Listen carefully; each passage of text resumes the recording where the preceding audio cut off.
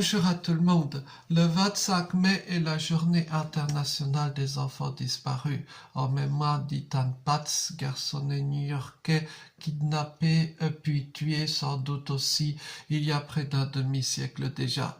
Toutefois, cette année, c'est autour du thème des personnes handicapées disparues que les associations se mobilisent surtout, développent des plateformes, améliorent la réaction des forces de l'ordre.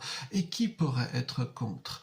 N'est-ce pas l'une des choses les plus nobles qui soit que de vouloir aider des personnes potentiellement vulnérables qui pourraient être victimes de je ne sais quel prédateur? Ceci étant, quand on y songe, des éléments assez discordants viennent promptement à l'esprit. D'une part, pourquoi au fond les personnes handicapées disparaissent-elles parfois? La probabilité de tomber sur un monstre à la Fourniret est infinitésimale, d'autant plus que l'immense majorité des crimes et délits, y compris sexuels, se passent dans le cadre familial et l'auteur en est connu de la victime. Ceci étant, la grande majorité, et Dieu merci, des fugues et disparitions de personnes handicapées n'ont rien à voir avec ces extrémités.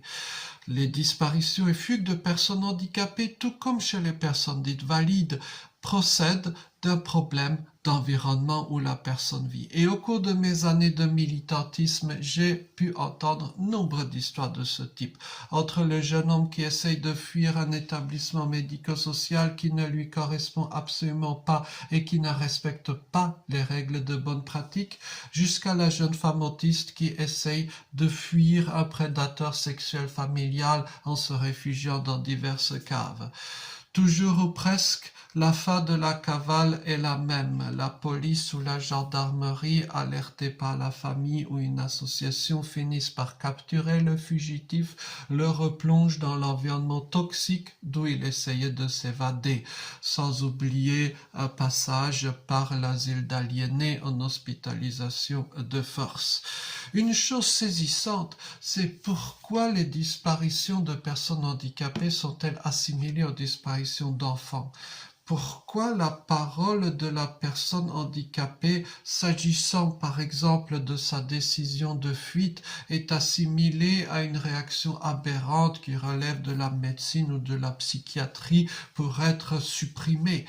D'ailleurs, en cette journée internationale des personnes handicapées pouvant avoir disparu, on entendra beaucoup les voix de la police, les voix des associations, mais on n'entendra jamais ou presque les voix des personnes handicapées elles-mêmes. Et que l'on me permette une ultime anecdote.